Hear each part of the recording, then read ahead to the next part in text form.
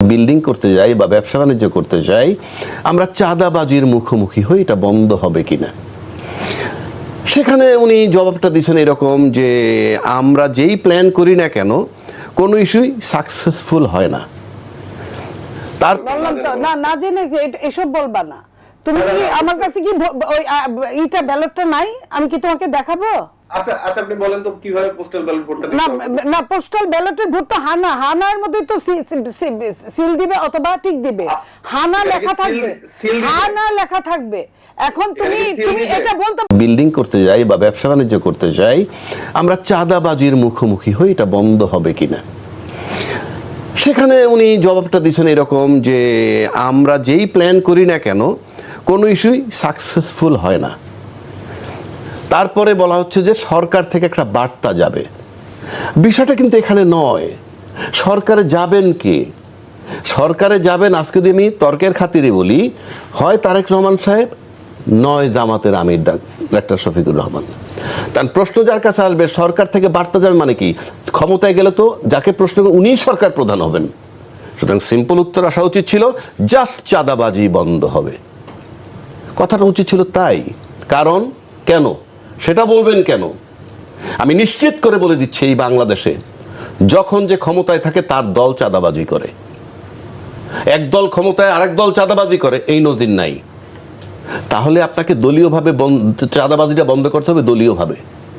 পরিষ্কার যে এই দল চাঁদাবাজি সমর্থন করে না এবং বন্ধ করে। এক। দুই, একই প্রশ্ন আরেকজন নেতাকে বলছে, নামটা বললাম না, তার অনুষ্ঠানে সে তখন বলতেছে চাঁদাবাজি, মাদক, এইসব বিষয় একটা ঐক্যবদ্ধভাবে কিছু করতে হবে। মানে কংক্রিট জবাব কারো নাই যে চাঁদাবাজিটা বন্ধ করতে হবে। এই যে প্রশ্নের উত্তরটা সরাসরি নাই, এটা আমার কাছে দুঃখজনক। এক নম্বর। দুই নম্বর, ওই দ্বিতীয় ব্যক্তি বলছেন যে প্রশাসনও নাকি এর ভিতরে ইনভলভ। আপনি আমাকে বলেন, প্রশাসন চাঁদা তুলে দলীয় নেতাদের কর্মীকে ভাগ দেয় নাকি নেতা কর্মীরা চাঁদা তুলে প্রশাসনকে ভাগ দেয়? বিষয়গুলো খুব সিম্পল। সুতরাং এই চাঁদাবাজির প্রশ্নটা আসলো যখন, এবং এই প্রশ্নের উত্তরটা সরাসরি আসা উচিত ছিল, ইয়েস আমরা যদি ক্ষমতায় যাই আমরা নিশ্চিত করে বলে দিচ্ছি আমার দলীয়ভাবে চাঁদাবাজির প্রশ্নই ওঠে না। এই দেশের মানুষ শান্তি, অন্তত এই চাঁদাবাজির বাড়তি ঝামেলা নেবে না। তার সাথে আপনি দুর্নীতি এইটা সেটা পেঁচায় গোছায় কিছু কথা বলে দিয়েছেন, ডাইরেক্ট এই উত্তরটা আসে নাই। আমি ঠিক জানি না উত্তরটা আসলো না কেন। তৃতীয় কথা হচ্ছে, আমরা এখন এই মুহূর্তে কি চাই? যেমন ধরুন ফ্যামিলি কার্ড দিবেন আপনি, 2,500 টাকা করে বাজেট, আপনি 4 কোটি কার্ড করবেন, কত টাকা লাগবে? সেই টাকাটার পরিষ্কার কংক্রিট আসতে হবে। আমরা টাকাটা পাবো কোত্থেকে? ফর আওয়ার স্যাটিসফ্যাকশন, যে ইয়েস এই খাত থেকে টাকা উনি আনতে পারবেন। তারপরে অর্থনীতি, আমাদের ভঙ্গুর অর্থনীতি, যা কিছু হয়েছে ইনূস সাহেব আসার পর যতটুকু হয়েছে, এটা রিকভার কিভাবে করব? বিদেশে পাচার হওয়ার টাকা উদ্ধার করব কিনা? উন্নয়নের নামে যে কথাটা হয়েছে সেটা খুব কম লোকে ব্যবহার করে এরকম কথা বলা হচ্ছে, এটা কিন্তু মেইন কথা না। মেইন কথা হচ্ছে উন্নয়নের নামে যে দুর্নীতিটা হয়েছে সেই দুর্নীতির বিচারটা করা হবে কিনা। কেউ কেউ বলছেন দায়িত্বশীল নেতা যে গত 16 বছরে অনেক লুট হয়েছে, অনেক সম্পদ লুট হয়েছে। এটা তো একটা সিম্পল কথা, লুট হয়েছে। ওটা মাসুদ কামাল বলে, রাজ্জাকি বলে, আপনি বলেন, XYZ সবাই বলে। তার পরের লাইনগুলা কোথায়? এই যে লুট হয়েছে সেটার জন্য বিচার হবে। এই লুট করে যে টাকা বাইরে পাচার করে থাকে সেটা ফেরত আনা হবে। We want that commitment. আমরা কিন্তু সেটা পাচ্ছি না সম্ভাব্য যারা ক্ষমতায় যাবেন তাদের কাছ থেকে। আমরা জাজমেন্ট দিবেন। আপনি যদি একটা লক্ষ্য করেন, আপনি কতগুলো জিনিস দেখেন, অস্বীকার করার উপায় নাই। আমরা হয়তো তর্কের খাতিরে বলি, এবং আমাদের সবচেয়ে বড় ইন্টারেস্টিং ব্যাপারটা হচ্ছে এই যে মিডিয়া, আমলা, এবং আপনি যদি ধরেন কর্পোরেট বলতে আমি বড় ব্যবসায়ীদেরকে বলছি, এই 3টে স্টেক হোল্ডার কিন্তু একটা মারাত্মক ব্যাপার বাংলাদেশে। এই 3টে স্টেক হোল্ডার যাকে ফেভার করে, এই 3টে স্টেক হোল্ডারের চাবিকাঠি হয় মানে রাজনীতিবিদদের কিন্তু নিজস্ব কোনো সে নাই। কেন আমি বলি, আমি অন্য দলের কথা বলবো না, যে 2টা দল ক্ষমতায় ছিল বাই রোটেশন, তাদের মধ্যে 85% লোক বেকার। 85% লোক যখন বেকার হয় তখন তারা চলে কিভাবে? সেই বিতর্কে আমি যাচ্ছি না, সেই আলোচনায় যাচ্ছি না। আবার দেখেন, যেই মিডিয়া শেখ হাসিনা যতদিন ছিল 5ই আগস্টের পূর্ব পর্যন্ত, বেগম খালেদা জিয়া বলেন, জিয়া বলেন, তারেক রহমান বলেন, এমন কোনো ন্যাক্কারজনক বিষয় নাই তাদের সম্পর্কে লেখে নাই। আজকে আবার তাদের সম্পর্কে জাস্ট রিভার্স তারা হয়ে গেছে। যেটা শফিক রহমান কয়েকদিন আগে বলছে যে এই যে দ্বিচারিতা, এই যে বৈশিষ্ট্য, এই যে উল্টে যায়, যাওয়ার পর রাজনীতিবিদরা সেটাকে লুফে নেয়, তার মানে রাজনীতিবিদদের কোনো সে নাই, ওই 3টে স্টেক হোল্ডারের কাছে রাজনীতিবিদরা জিম্মি। সুতরাং এটা একটা কঠিন জায়গা। কেন বলছি কথাটা? 1971 সালের যুদ্ধ অপরাধী, একে নিয়ে কিন্তু আওয়ামী লীগ আন্দোলন করছে এই মাঠে। এরশাদের বিরুদ্ধে যখন আন্দোলন করেন তখন এদেরকে সাথে নিয়ে আন্দোলন করছে। তো স্বাধীনতা বিরোধী লোক নিয়ে যদি আপনি আন্দোলন করতে পারেন এরশাদের বিরুদ্ধে, সে তো স্বাধীনতা বিরোধী শক্তি ছিল না। এরশাদ কথার কথা বলছি আমি, আন্দোলনের সময় তারা লাগছে। আবার কোনো দল তারা ক্ষমতায় নিয়ে মন্ত্রী পর্যন্ত বানাইছেন। আপনি এখন তার বিরুদ্ধে জিহাদ ঘোষণা করলে এটা কি গ্রহণযোগ্য? এটা কি মানুষ দেখে না? আমি বলছি আপনি এখন গন্ধ পাইলে হবে না, তো আপনি তো মন্ত্রী বানাইছিলেন। তো এই যে বিষয়গুলা, এটা আমি এটাও বাদ দিলাম। তারপর আসেন আপনি একাধিক নাগরিকত্ব নেওয়ার যে ফর্ম ফিল আপ করার জায়গাটা গ্যাপটা পূরণ করে নাই, বহু নমিনেশন পেপার, প্লাস ঋণ খেলাপি। ঋণ খেলাপি মানে কিরকম? এমন যদি হইতো 50,000, 1 লাখ, 2 লাখ টাকা ঋণ টান, হাজার হাজার কোটি, 600 কোটি টাকা, মানে ঋণের পুকুর নিয়ে এমপি হইতে যাচ্ছে। আপনি নিশ্চিত থাকেন 5 বছর যদি থেকে ওই পুকুরটা ভরাট কইরে মহাসাগর বানাবে। না, পুকুরটা ভরাট করে ফেলবে, ওই ঋণের পুকুরটা ভরাট করে অনেক উঁচু করে ফেলবে। তা আপনি একটা রাষ্ট্র যখন নীরব দর্শকের ভূমিকায় বৈশাখ, দলই বা কিভাবে নমিনেশন দিল? তার মানে ইট ইজ অ্যালাউড যে আসো তারপরে করবো। তা না হলে আপনি আমাকে বলেন, আপনি ঋণ খেলাপিকে নমিনেশন কেন দিবেন? ডাবল নাগরিকত্ব যার, ডাবল নাগরিকত্ব মানে তার any time he can live, কোনো কিচ্ছু লাগবে না। আপনি রাত্রেবেলা চলে গেলাম, জাস্ট টিকিট পেলেই হবে। টিকিট কোনো বিষয় না, টিকিট আপনি কিনবেন, এক্সপায়ার হলে কিচ্ছু আসা যায় না এদের। কারণ এই হাজার হাজার কোটি টাকার ঋণ খেলাপি, এতে এভরিডে একটা করে টিকিট নষ্ট হলে কি হয়? কিচ্ছু যায় না। আমরাও তো জার্নি করি, একটা করে টিকিট এভরিডে নষ্ট হলে কি হয়? কিছুই হবে। এক বছরে 365 লাখ টাকা যাবে, নয় 730 কোটি টাকা, 30 লক্ষ টাকা যাবে, 7 কোটি। আমি তো 1000 কোটি টাকার ডিফল্টার। তো আপনি পরিষ্কার ডিফল্টার যখন নিয়ে যাচ্ছেন নির্বাচনে, এবং কেউ কোনো কথা বলতেছে না, পত্রিকাওয়ালারা জানে না, তারা লিখে বলতে পারে না তো নির্বাচনের অযোগ্য, এবং নির্বাচন কমিশন কিভাবে হজম করলো, কিভাবে অ্যালাউ করলো? 2, চিবিয়ে দায়িত্বশীল বহু লোক এই টকশোতে এসে বলছে যে বিশ্ববিদ্যালয়ের নির্বাচনের ফলাফল জাতীয় পর্যায়ে কোনো ইম্প্যাক্ট হয় না। তো আপনি নির্বাচন কমিশন কি জন্য চিঠি দিলেন যে আগামী জাতীয় সংসদ নির্বাচনের আগে অন্য কোনো নির্বাচন হতে পারবে না? ওইখানে কি আপনার এসপি লাগতো? ওইখানে আপনার ইউএনও লাগতো? আপনার টিএনও লাগতো? আপনি বন্ধ করলেন কেন? কার ইশারায়, কার ইঙ্গিতে? তার মানে কি? এবং সেখানে চিঠিতে কি বলছেন উনি বলছেন যে জাতীয় পর্যায়ের নির্বাচন, সংসদ নির্বাচন এবং গণভোটের কার্যক্রমের উপরে যাতে প্রভাব বিস্তার না করে সেই জন্য বন্ধ করছেন। তার মানে ওই নির্বাচনের ইম্প্যাক্ট আছে। তাহলে আপনি যে নির্বাচনটা বন্ধ করে দিলেন, একেবারে আপনার কোনো রাইটই নাই, কোনো অধিকারই নাই। ও মানে নির্বাচন শব্দ লেখা থাকলে এটার মালিক আপনি। কিন্তু সেটা তো হাইকোর্ট পর্যন্ত গেল। সেটা আমি হাইকোর্ট পর্যন্ত যাব না। আমি প্রথম আসেন এইখানে হাইকোর্টে গেছে, হাইকোর্টে স্টে করে দিচ্ছে, সেই বিতর্কে আমি যাচ্ছি না। কারণ হাইকোর্ট সে যা মনে করছে তাই দিছে, সে একটা বিচার বিভাগের আছে। কিন্তু আপনি দিলেন কিভাবে? আপনি এই ঋণ খেলাপিদেরকে অ্যালাউ করলেন কিভাবে? আপনি ডুয়েল সিটিজেন যাদের ফর্মটা ফিল আপ করেন এই ঘরটা, আপনি অ্যালাউ করলেন কিভাবে? তাহলে আমি এই নির্বাচন নিয়ে আমি কি মনে রে? আসলে আমরা অতীত জরিপ যদি দেখি, অতীত মানে ভোটের জরিপটা, তাহলে টপে আছে আওয়ামী লীগ আর বিএনপি। অতীত জরিপ, আমি অ্যাট প্রেজেন্ট বলছি না, অ্যাট প্রেজেন্টের মাঠের সিনারি আমরা জানি না, আর একটা ভোট হইলে বুঝবো। বাট প্রচলিত যে কথা আছে তাতে সবাই বলে যে জামাতের ভোট আগের চেয়ে বেড়েছে। ভোট বাড়া এক জিনিস, আর তাদের দলে লোক যোগ দেওয়া আর এক জিনিস। জামাত সিভিল মিলিটারি বলতে পারেন, রেজিমেন্টেড, সিস্টেম ফলো করে। এখন সিস্টেম ফলো করলে কতক্ষণ ব্যত্যয় হতে পারে? যাকে বললেন যে আটকায় রাখছে যে তুমি উইথড্র করো না, উইথড্র করো না মানে এটা একটা ব্যতিক্রম। তার মানে এখানেও যে অ্যাবসোলিউট একটা নিয়ম কানুন আছে তা না, কিছু ব্যত্যয় ঘটতেছে বা ঘটতে পারে। এখন জামাতের যাদেরকে জোটে নিছে, ইন্টারেস্টিং ব্যাপার আছে এখানে একটা। আপনি বিএনপি জোট একটা, জামাত জোট একটা। আপনি যদি বিএনপি জোটটা চিন্তা করেন তাহলে দেখবেন বিএনপি ছাড়া দলে অন্যান্য যে দলগুলো আছে জোট হিসাবে, তাদের দলের ভোট 2টা বাসে বললে শেষ হয়ে যায়, মানে ওই দলগুলোর। কিন্তু জামাতের সাথে যে জোটগুলো আছে তারা ইসলামী ফোর্স, প্রত্যেকেরই কিছু না কিছু ভোট আছে, সংখ্যা যে পরিমাণই হোক, অন্তত ওই 2 বাস না, কিছু ভোট আছে। সেই দিক থেকে বিবেচনা করলে যে জামাত এর ভোট কিছু বাড়ছে, তা এর ফলে তার জোটে যারা আছে তাদেরকে একটু গুরুত্ব তাদের দিতে হয়। কারণ আমি যেহেতু জোট বানাইছি, আর তৃতীয় বিষয় হলো জামাতের যে ভোটটা বাড়ছে সেটা হইলো এই যে অন্য দলের প্রতি বিরূপ মনোভাব নিয়ে যদি তারে ভোট দেয়, অর্থাৎ তার ভোট তো ফিক্সড, সে বাড়তি ভোট পাইলে বিরূপ মানে প্রতিক্রিয়ার একটা ভোট ওখানে হতে পারে, এবং সেটার সম্ভাবনা যে নাই তা না। কেন আছে আমি বলি সেটা। আপনি যদি 2024-এর 5ই আগস্টের পরের সিনারিওটা, তরুণ ভোটার আছে 4.5 কোটি। 4.5 কোটি তরুণ ভোটারের ভিতরে আমি 50 লাখ বাদ দিয়ে দিলাম, আমি ধরে নিলাম আওয়ামী লীগেরও আছে এর ভিতরে কিছু 50 লাখ, বাকি 4 কোটি যে ভোটার, তারা কিন্তু আওয়ামী লীগ বাদে কাউকে দেখে নাই ক্ষমতায়, বিরোধী দল হিসাবে এদেরকে অ্যাক্টিভ পায় নাই এই জামাত আর বিএনপিকে, কিন্তু 5 আগস্টের পরে তাদের অ্যাকশনটা দেখছে যে এই দুইটা দল কি করছে। তাহলে এই তরুণ ভোটার, তাদের কাছে তাজা ঘটনা হলো 24-এর ঘটনা, 24-এর জুলাই চেতনা। আর 71-এর যে চেতনা, 71 আমার মূল শক্তি, ওখান থেকে আমি দেশ পেয়েছি, তারপরে আমি সেখান থেকে স্বৈরাচার সরাইছি। এটা হলো স্বৈরাচার সরাইছে কারা? 2024-এ। সুতরাং 2024-এ যে স্বৈরাচারটা সরাইছে, সেই স্বৈরাচার যদি থাকতো এখনো ক্ষমতায়, তাহলে 26-এর ফেব্রুয়ারিতে নির্বাচন পাইতো না, যারা আজকে নির্বাচন করে ক্ষমতায় যাওয়ার স্বপ্ন দেখে। 29 নির্বাচনে পরিষ্কার।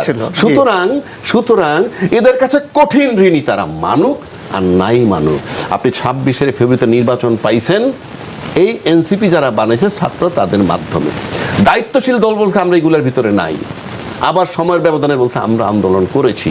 যদি আন্দোলন করেই থাকেন, তাহলে এনসিপি যখন আওয়ামী লীগের শত্রু, তখন এনসিপি তো সব দলের বন্ধু হওয়ার কথা, সব দলের বন্ধু তারা হয়নি। সুতরাং এই 4 কোটি ভোটার কিন্তু ওই অ্যাক্টিভিটিস দেখছে। আপনি নিশ্চিত করে ফলাফল কী হবে আমি জানি না, তো এই তরুণ যে ভোটার, তারা চিন্তা করবে যে জুলাই চেতনা ধারণ করে কারা। এখন বলতে পারেন আমি জুলাই চেতনার পক্ষে, উনি জুলাই চেতনার পক্ষে, সব দলই জুলাই চেতনা, কিন্তু ভোটারের বিবেচনা আছে, সে যেখানে জাজমেন্ট নেবে যে জুলাই চেতনার পক্ষে কে, সেইখানে ভোট যাবে। এটা গেল একটা দিক।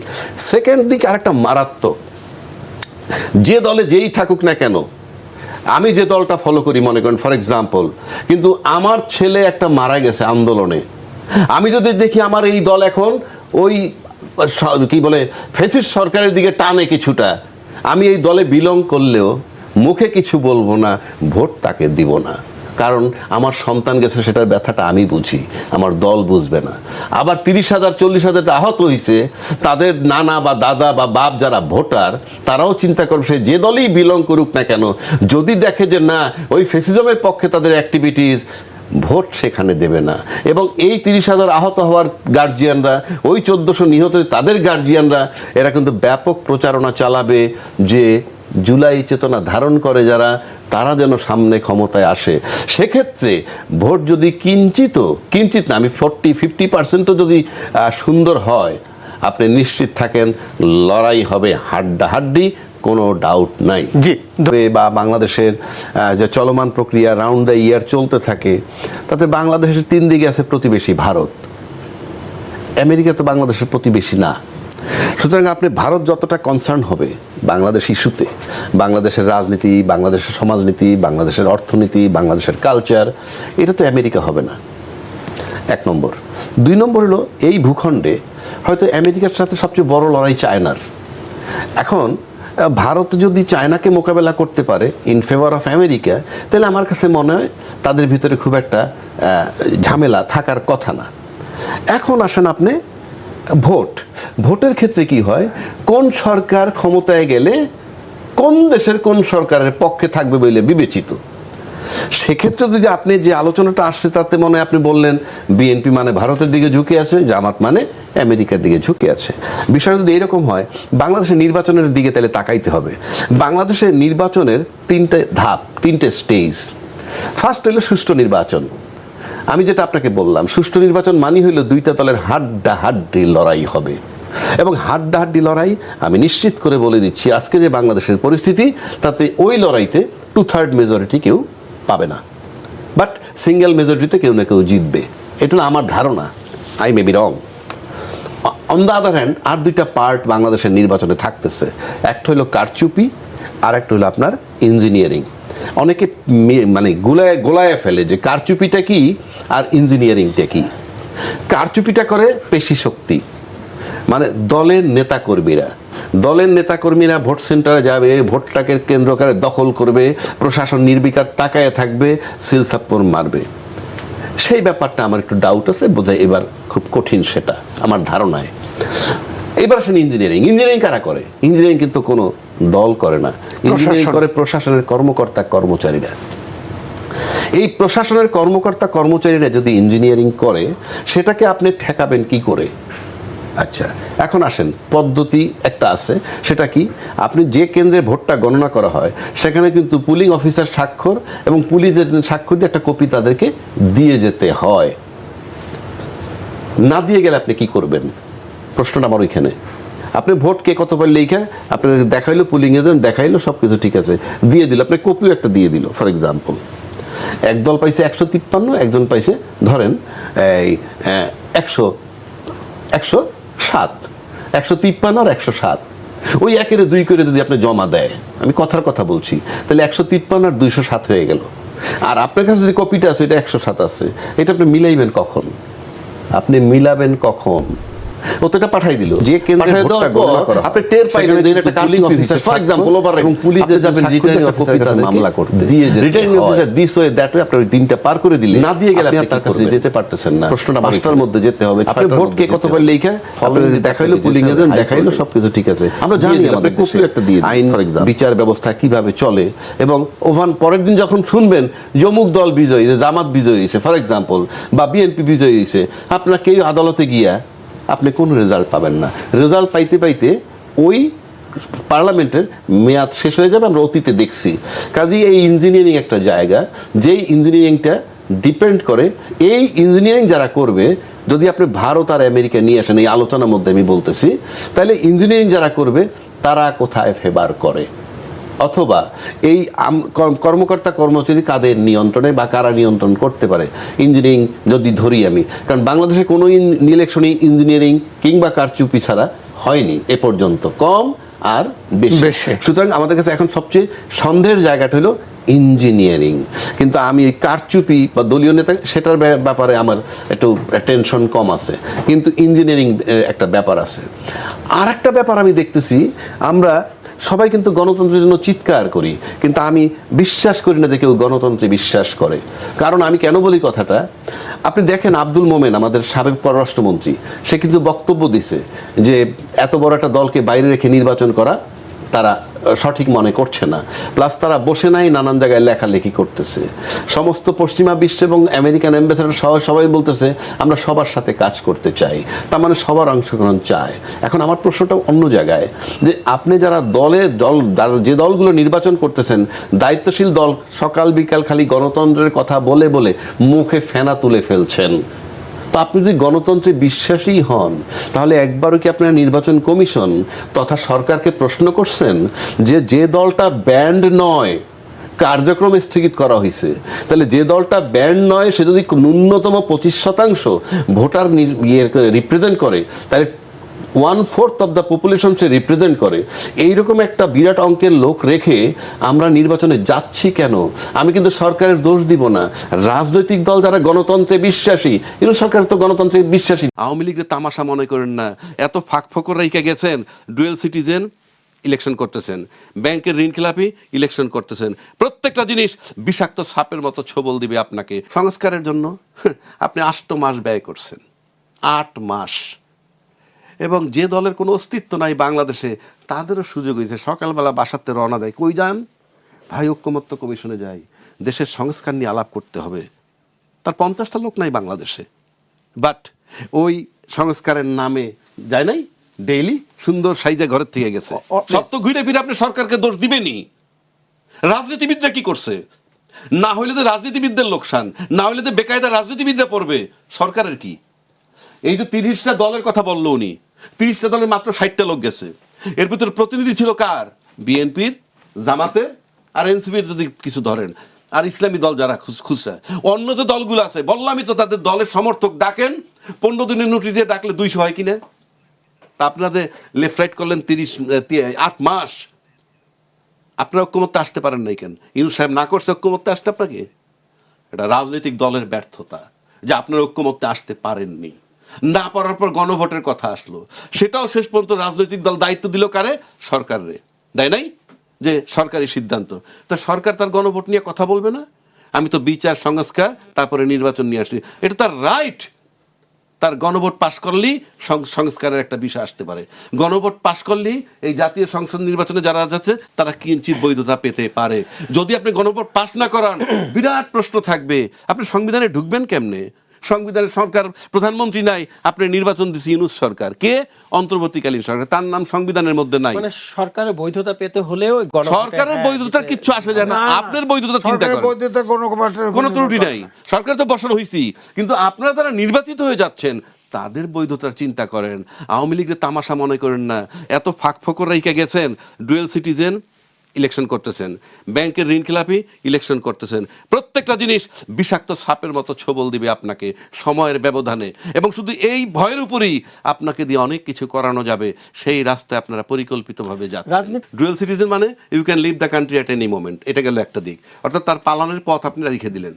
আর যেটা খেলাপি যেটা বলতেছেন সেটা হলো যে এটা একটা পুকুর, মানে আমি ঋণের পুকুরে পড়ে আছি, আমি 5 বছরে ভরাট করব। 3 নম্বর আসেন, এই ঋণগুলো আপনি দেখেন সব কিন্তু যারা যারা ডিফল্টার, আপনি খুঁজে দেখেন ওই 15 বছরের মধ্যে এই ঋণ নিছে যখন আওয়ামী লীগ ক্ষমতায় ছিল, আপনি লেখেন চেক করেন ওই 15 বছরের মধ্যে। তার মানে কি? এরা ইনডাইরেক্ট সুবিধাবাদী। এখন তারা আসছে, আইসা ওই পিছনের যারা পলাতক তাদেরকে কিছু বলবে না, 1, আর 2 এরা এখান থেকে চলে যাওয়ার একটা সুযোগ খুঁজবে। আর 3 নম্বর যেটা আমি আপনাকে বলবো, যে এই যে ঋণ খেলাপি হওয়া সত্ত্বেও যখন আপনি ক্ষমতায় আসবেন, আপনি নিশ্চিত থাকেন আমরা XYZ পরাশক্তির কথা বলি, যে ওদের কথা শুনতে হবে, না শুনলে এগুলো ছবল দিবে, না শুনলেই ছবল দিবে। আমরা অনুষ্ঠান শেষ পর্যায়ে চলে এসেছি, যাবার আগে আরেকটা প্রশ্ন আপনাকে, ছিদ্রগুলো সহ তাদেরকে ক্ষমতায় নেওয়া হচ্ছে, শুধুমাত্র তাদেরকে যাচ্ছে তাই ভাবে ব্যবহার করা। ইলেকশন কমিশনার একজন বলছে, এটা তো ভিডিওতে আসছে, শুনছি, যে আপনাকে ছেড়ে দিলাম তবে টাকাটা ফেরত দিন। এটা হলো আইনে পরিষ্কার আছে, দ্বৈত নাগরিক ছেড়ে দিলাম এবং ছেড়ে দিলাম টাকাগুলো দিয়ে ফেরত, মানে দয়া করে দিয়ে না, এটা মস্করা আর কি, রাষ্ট্র না তো মস্করা। এটা হলো দ্বৈত নাগরিক এবং কলাম ফিল আপ করেন নাই আপনার তাদের নির্বাচন করার এখতিয়ারই নাই, সুযোগই নাই, এটা ঢালাওভাবে ছেড়ে দিছে, ঢালাওভাবে ছেড়ে দিছে। বলেন এটা কেমনে হবে? ওই যে তাদের তারপরে ধরেন এই যে ডক্টর মোহাম্মদ ইউনূস গণভোট করতেছে, গণভোটের আইনগত কোনো ভিত্তি নাই, ভিত্তি নাই। তুমি কি ভোট দিছো? তুমি ভোট দিছো? তুমি জানো? আপা আমরা জেনে কথা বলি, আপনার মতো এরকম না না জেনে এসব বলবা না। তুমি কি আমার কাছে কি ওই এইটা ব্যালটটা নাই? আমি কি তোমাকে দেখাবো? আচ্ছা আচ্ছা, আপনি বলেন তো কিভাবে পোস্টাল ব্যালট ভোটটা দিতে হবে? না পোস্টাল ব্যালটের ভোটটা হানার মধ্যে তো সিল দিবে অথবা টিক দিবে, হানা লেখা থাকবে, হানা লেখা থাকবে। এখন তুমি এটা বলতে পারো, কিন্তু এটার জন্য তুমিও ভোটটা দাও নাই, আমিও ভোটটা দেইনি, বাট তুমি এটা বলতে পারো না টিকটা দিবে।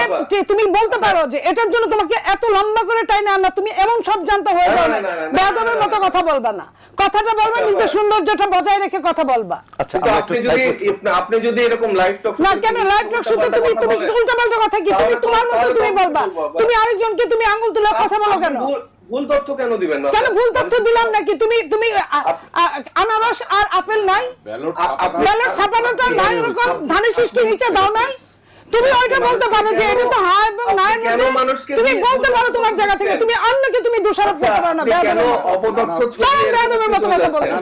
নীলফারমণি, আপনার কাছে তো আমরা সবাই বেয়াদব, আমরা একটা আদি যেরকম গিনিপিগ এরকম আমরা হচ্ছে যে এরকম বেয়াদব। আমরা একটু সাইড প্রস্তাবিতকে শুনি। না না না না, আমি যেটা বলতে পারো না।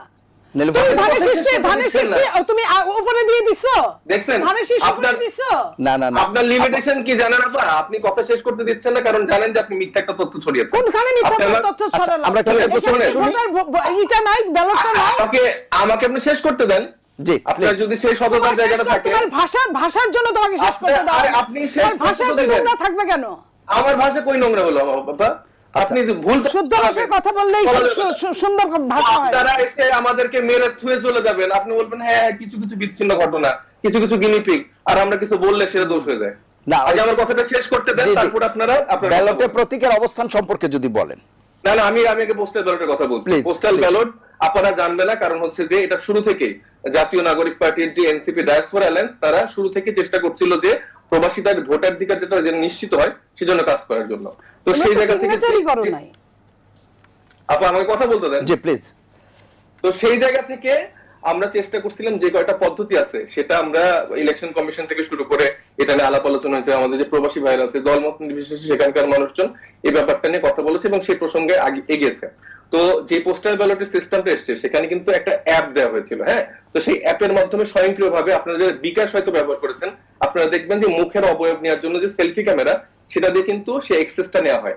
ঠিক তেমন ভাবে পোস্টাল ব্যালটের সিস্টেমটা ডেভেলপ করা হয়েছে এবং সেখানে যে অ্যাড্রেস দেওয়া হয়েছে, মানে পোস্ট কার্ড যেখানে যাবে, সে যে লেটারটা সেখানে যাবে সেটার ঠিকানাটার জন্য আলাদা স্পেসিফিক একটা অ্যাড্রেস দরকার হয়, যেটা মধ্য এই এশিয়ান যে এই এরিয়াগুলো আছে, দুবাই, কাতার বা সৌদি আরব, এই দেশগুলোতে, হ্যাঁ মধ্যপ্রাচ্য, এই দেশগুলোর অনেক দেশই আসলে সেটা অনেকের ছিল না, মানে সেখানে পোস্টাল ব্যালট দেওয়ার জন্য সেই ঠিকানাটা অনেকের কাছে নেই। তো সেই জায়গাটাও কিন্তু আমরা অনেক আগে থেকে বলেছিলাম যে এটা কিন্তু একটা বড় সমস্যা, এটা আপনারা সমাধান করেন, কিন্তু নির্বাচন কমিশন সেই জায়গাটা সমাধান করেনি। এখন যে প্রসঙ্গটা এসছে যে একজনের অ্যাড্রেসে যদি এতগুলো চলে যায়, অথবা আমি ধরে নিচ্ছি যে জামাত বা এনসিপি বা বিএনপি একজন ব্যক্তির অধীনে এতগুলো পোস্টাল ব্যালট রেখে তাহলে কি দুর্নীতি বা ভোট চুরি করা সম্ভব কিনা? না, একদম না। এখানে যখন এই ব্যালটটা আসছে তখন সেখানে একটা আপনি এই জায়গা থেকেই বলবেন, আমি একটু যুক্ত করি বুঝবার জন্য, জাস্ট এই জায়গা থেকেই আপনি বলবেন, এই জায়গা থেকেই বলবেন, আপনাকে আমি থামাচ্ছি না, আপনি এই জায়গা থেকেই বলবেন যে বিষয়টি আপনি বললেন যে একজনের কাছে জিনিসটা চলে যাচ্ছে। আমার প্রশ্ন হচ্ছে, যখন পোস্টাল ব্যালটগুলো আমার এবং অন্যান্য আরো লোকের পোস্টাল ব্যালট নিচ্ছে, উনি কিন্তু টাকা দিয়ে এটি নিচ্ছে, তো এখন আমার খরচটা যখন অন্য কেউ দিয়ে দিবে তখন আমার কি একটা সফট কর্নার তার প্রতি তৈরি হয় কিনা, যে তার অনুগত কাউকে বা তার আচরণের মতো করে আচরণ করা, তার অনুসারী হয়ে যাওয়ার একটা সম্ভাবনা এটি মানে স্বাভাবিকভাবেই হয়ে যায় কিনা সেই বিষয়টা না, এটা তৈরি হয়ে যায় না। ধরেন একটা মধ্যপ্রাচ্যের দেশগুলোতে আপনি জানেন একটা রুমের ভিতরে দেখা যাচ্ছে 10-12 জন মিলেও থাকে, সেখানে যে গ্রহণ করছে তার মানেই না যে আমার ভোটটাও তুমি গ্রহণ করছো দেখে তোকে দিয়ে দিচ্ছি, এটা একদমই একটা ভুল চিন্তা। আপনি শুনলেন 10-12 জন হয়নি অনেকের। আচ্ছা, সেটা যদি এখন ধরেন আমি যদি চাই, আপনি যদি আমাকে এখন বলতেছেন যে আপনার টাকা আমি দিয়ে দিচ্ছি এক জায়গায়, জি জি ফানেসিসটা পছন্দ, এই লোকটা কিন্তু ভালো, তুমি দিতে পারো, এই ইনফ্লুয়েন্স হয়তো কেউ যদি হয় সেটা তার তো ব্যক্তি স্বাধীনতা আছে।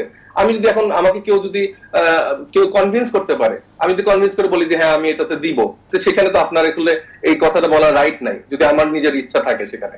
এখন যেই পোস্টাল ব্যালটটা আসবে সেখানে কিউআর কোডটা স্ক্যান করার পর আবার মুখের অবয়ব দিয়ে কয়েকটা প্রসেস ফলো করার পর তারপরে আপনি পোস্টাল ব্যালট ভোট দিতে পারবেন। এর আগে আমি সবার পোস্টাল ব্যালট ভোট যদি একসাথে নিয়ে রাখি তারপরে কিন্তু আমি ভোট দিতে পারবো না।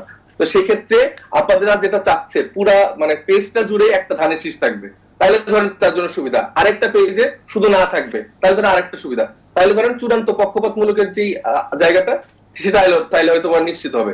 তারপর আপা আরো কয়েকটা কথা বলছেন যে ঋণ খেলাপি দ্বৈত নাগরিকত্বের কথা, যেটা আপনি প্রথমে প্রশ্নটা উল্লেখ করলেন। এখন একটা হাসনাত আব্দুল্লাহর আসনের ঘটনা দেখিয়ে বাকি সবগুলাকে জায়েজ করছে, বাকি যতগুলা ঋণ খেলাপির ঘটনা আছে, বাকি যতগুলা দ্বৈত নাগরিকত্বের ঘটনা আছে, আমার সিরাজগঞ্জ 6 আসনে সবকিছু প্রমাণ তাদেরকে দেওয়া হয়েছে, তারপরে তারা কোন রকম হিয়ারিং এ কোন রকম কথাবার্তা না শুনে এক পেশে ভাবে তাদের পক্ষে রায় দিয়ে দিয়েছে। প্রত্যেকটা ঘটনা আপনাকে ইন্ডিভিজুয়ালি আমি প্রমাণ সহকারে দিতে পারবো। আপনাদেরকে কেন দায়িত্ব জ্ঞানহীন বলি, কারণ যখন আমরা দায়িত্বটা না নিতে শিখবো তখন এরকম হয়। এই আমি যে একটা আমার নিজের আসনে একটা ঘটনা বললাম, ওটা কাপড় দিয়ে বললাম হ্যাঁ এরকম দু একটা হইতে পারে, নাও হইতে পারে, কিন্তু আমি নিজে আজকে এটা শিকার হইলাম, সেটার জন্য তার কোন প্রকার একজন সহকর্মী হিসেবে তার মধ্যে কোনো সমবেদনা নাই। আমার হাদি যখন মারা গেল তখন সে তাকে গিনিপিগ বলে চালিয়ে দিচ্ছে। তো এইভাবে যদি ফ্রেমিং করে, ওটা কি খারাপ কোনো কথা ছিল? ওটা কি কোনো খারাপ কথা ছিল? ওটা বলা হয়েছিল যে তাকে ইউজ করছে, যারা হাদিকে মেরেছে তারাই হাদির জন্য এখন মায়া কান্না করছে, এটা ইউজ করছে। এটা কি আমি একা বলছি, হাদির ভাইও বলছে। যারা বলে বলির পাঠা বানাইছে ওটা কিন্তু খারাপ লাগে না, বলির পাঠা কিন্তু হিন্দুদের একটা শব্দ, ওটা খারাপ লাগে না, আমি বলছি ওটা খারাপ লাগছে। তার মানে আমার মায়ের পা দিয়ে ঝগড়া করছে, তাকে কথাটা শেষ করতে দেয়া, এটা কি ধরনের কথা? আপনি কথার মাঝখানে বারবার কথা বলে ফেলেন, আপনি কথা শেষ করে তারপরে বলেন না কেন? আমরা কথা শুনে কেন কথা বলছি নাকি? তোমাকে এর চেয়ে বেশি কিছু বলা যায় না। না না, আপনি যেভাবে আপনি যেভাবে আচরণ করছেন এটা কোনো ভদ্র মানুষের আচরণ না, সেটা দর্শক দেখতে পাচ্ছে। আপনি কিভাবে প্রথমত তুমি অনেক ভদ্র আপা ওনার কথা শেষ হলে কিভাবে প্রথমত কথাগুলো শেষ করতে দেন, কথাগুলো শেষ করে দেন, কথাগুলো আসবে। কিভাবে প্রথমত আপনি মিথ্যাটা সার্কুলেট করেন, তারপর তারপর আবার কিভাবে দেখছেন আপনি তরুণদেরকে কিভাবে মানে ব্যবহার করেন। এখন তাহলে তুই তুকারি করেন, তুই তুকারি করে বলেন, তার সমস্যা নেই। আপনারা মানে শ্রদ্ধার মানুষজন, বড় মানুষ, আপনারা এইভাবেই আমাদেরকে দেখেন। তরুণরা যে রাজনীতিতে আসছে এটাকে আপনি খুব একটা ভালোভাবে গ্রহণ করেন না। বিভিন্ন সময় আপনার সাথে টকশো করতে গিয়ে আমরা দেখেছি, এবং আপনারা বারবার ব্যক্তি আক্রমণ করার চেষ্টা করেন, যেখানে আপনি অন স্পট বসে 3-4টা এরকম ভুল তথ্য দিলেন, সেটা আমরা প্রতিহত করতে পারবো না। এটা কি ধরনের কথা?